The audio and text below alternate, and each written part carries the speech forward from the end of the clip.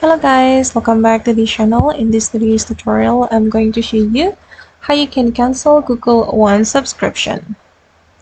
Okay, let's get into it guys. First thing first, you need to open up Google Chrome browser on your computer. And after you have opened the Google Chrome application, you can open up your Google account by clicking on this icon right here. And then click on manage your Google account. Actually, you can do this on your mobile phone as well. But here I'm using my computer to cancel the Google One subscription. Okay, after the Google account has been opened, we can go to the payments and subscriptions. And then you can scroll down until you find subscription. And as you can see, I have subscribed to the Google One and I'm going to cancel it.